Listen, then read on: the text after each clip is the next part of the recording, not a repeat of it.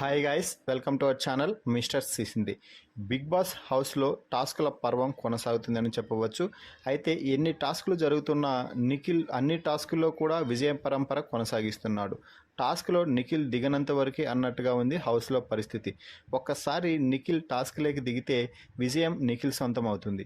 ఇక ఇది ఇలా ఉంటే తాజాగా నబిల్ నిఖిల్ వద్దకు వచ్చి ఒక రిక్వెస్ట్ అయితే చేయడం జరిగింది.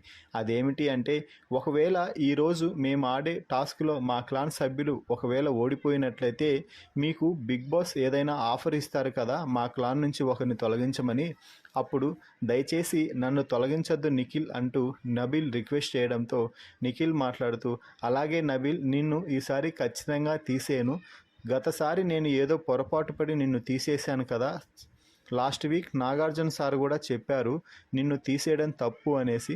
ఖచ్చితంగా ఈసారి అయితే నిన్ను టాస్క్ నుంచి తొలగించను, నువ్వు ఆడుకోవచ్చు, ఇబ్బంది లేదు అని చెప్పడంతో నబిల్ చాలా హ్యాపీగా ఫీల్ అయ్యి, థ్యాంక్స్ మామ, ఒకవేళ మేము గెలవడానికి ట్రై చేస్తాము, ఇన్ కేస్ మేము ఓడిపోయినట్టయితే మీకు ఛాన్స్ వస్తే నన్ను మాత్రం టాస్క్ నుంచి అవుట్ చేయొద్దు అంటూ మరోసారి చెప్పడం అయితే జరిగింది.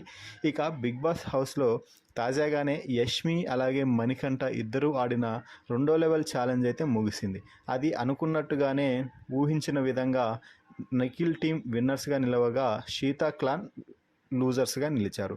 దీంతో యష్మి గెలిచినట్టుగా ప్రకటించిన బిగ్ బాస్ తర్వాత కాసేపటికే క్లాన్ చీఫ్ అయిన నిఖిల్కి ఒక స్పెషల్ ఆఫర్ అయితే ఇచ్చారు.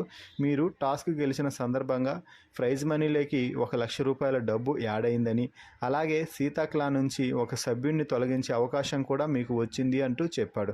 దీంతో నబిల్ వెళ్ళి మరోసారి నిఖిల్ని గుర్తు చేయడంతో, నిఖిల్, పర్లేదు మామ, నువ్వు రిలాక్స్ అవ్వు, నేను నిన్ను మాత్రం తీయను, వేరే వాళ్ళు వీక్ కంటెస్టెంట్స్ని మాత్రమే తీస్తాను, వాళ్ళు ఎవరా అనేది మా క్లాన్ సభ్యులందరితో కూర్చొని మాట్లాడి డిసైడ్ అవుతాము అంటూ నిఖిల్ చెప్పడంతో నబిల్ కొంచెం రిలాక్స్ అయినట్టు అనిపించింది.